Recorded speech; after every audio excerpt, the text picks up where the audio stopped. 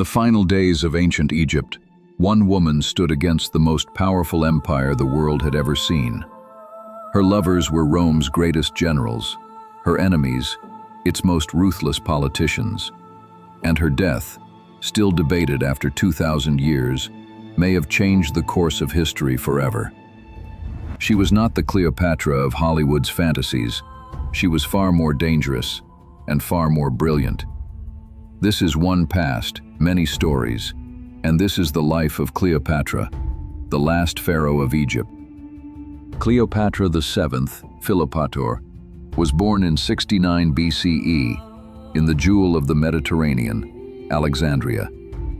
Egypt's crown city was not the ancient city of the pharaohs. It was a Greek capital founded by Alexander the Great.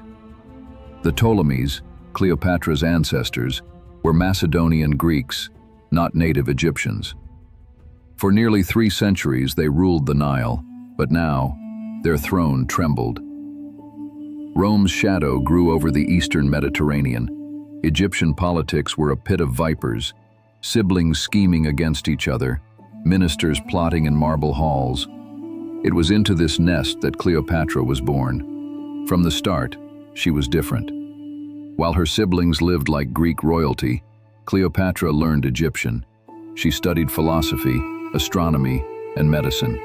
She was as comfortable in the throne room as she was in the library, and Alexandria's library was the greatest in the world. But intellect alone was not enough in Egypt's royal court. Here survival meant outwitting those closest to you, even your own family. When her father, Ptolemy XII, died in 51 BCE, Cleopatra became co-ruler at just 18, alongside her younger brother Ptolemy XIII, and, by custom, his bride. But their alliance was only ceremonial.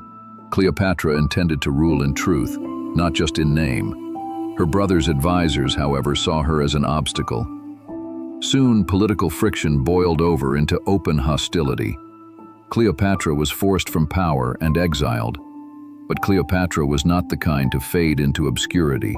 She watched, waited, and looked for an opportunity to reclaim what she believed was hers by right. That opportunity arrived in 48 BCE, carried on Roman sails. Julius Caesar, the most powerful man in the world, arrived in Egypt, chasing his rival Pompey. Cleopatra knew that if she could win Caesar's favor, she could reclaim her throne. But how could she reach him when her enemies controlled the palace? Legend says Cleopatra had herself smuggled into Caesar's chambers, rolled inside a carpet. Others say it was a sack of linen. Either way, when the carpet was unrolled, Caesar found not a bundle of fabric, but a young queen with eyes like the Nile at midnight. Caesar was captivated, not just by her beauty, but by her wit and audacity. He agreed to help her. Together, they waged war against Ptolemy XIII's forces in the Battle of the Nile. Victory was swift and brutal. The boy king drowned in the river that had once been his kingdom. Cleopatra was restored to the throne. Cleopatra and Caesar's relationship deepened. She bore him a son, Caesarion, the only known child of Julius Caesar. For a time, Egypt's throne was secure, and the Nile flowed under her command. But even queens must bow to fate. In 44 BCE, Caesar was assassinated in Rome. Cleopatra, with her young son, returned to Egypt. She was alone once more, but she would not remain so for long. In 41 BCE, Cleopatra was summoned by Mark Antony, one of Rome's most powerful generals.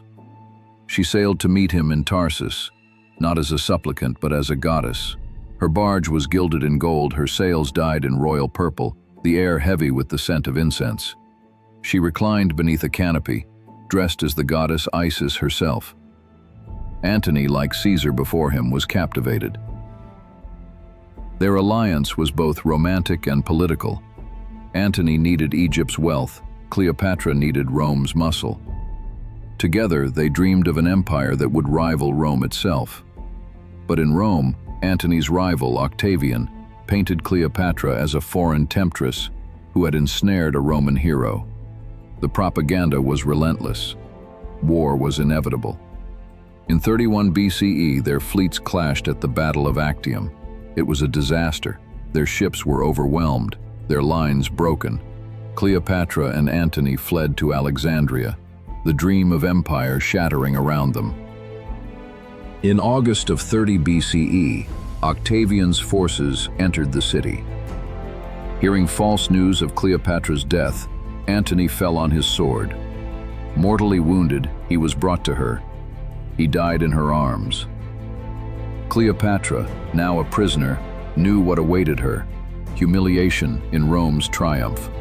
She chose another path. Legend tells of the asp, hidden in a basket of figs. Others say poison concealed in a hairpin.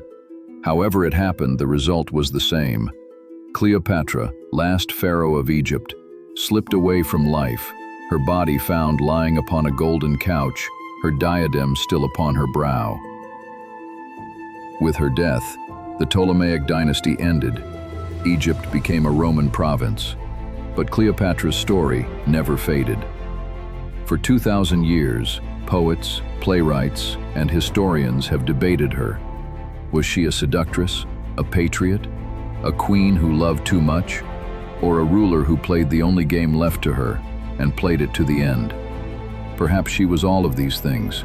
Perhaps that is why her name still stirs something in us, because Cleopatra was not just the last pharaoh, she was the last great dream of Egypt.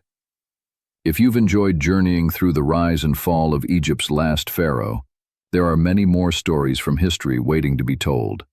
Subscribe to join us on the next chapter of the past, where empires rise, heroes fall, and legends never die.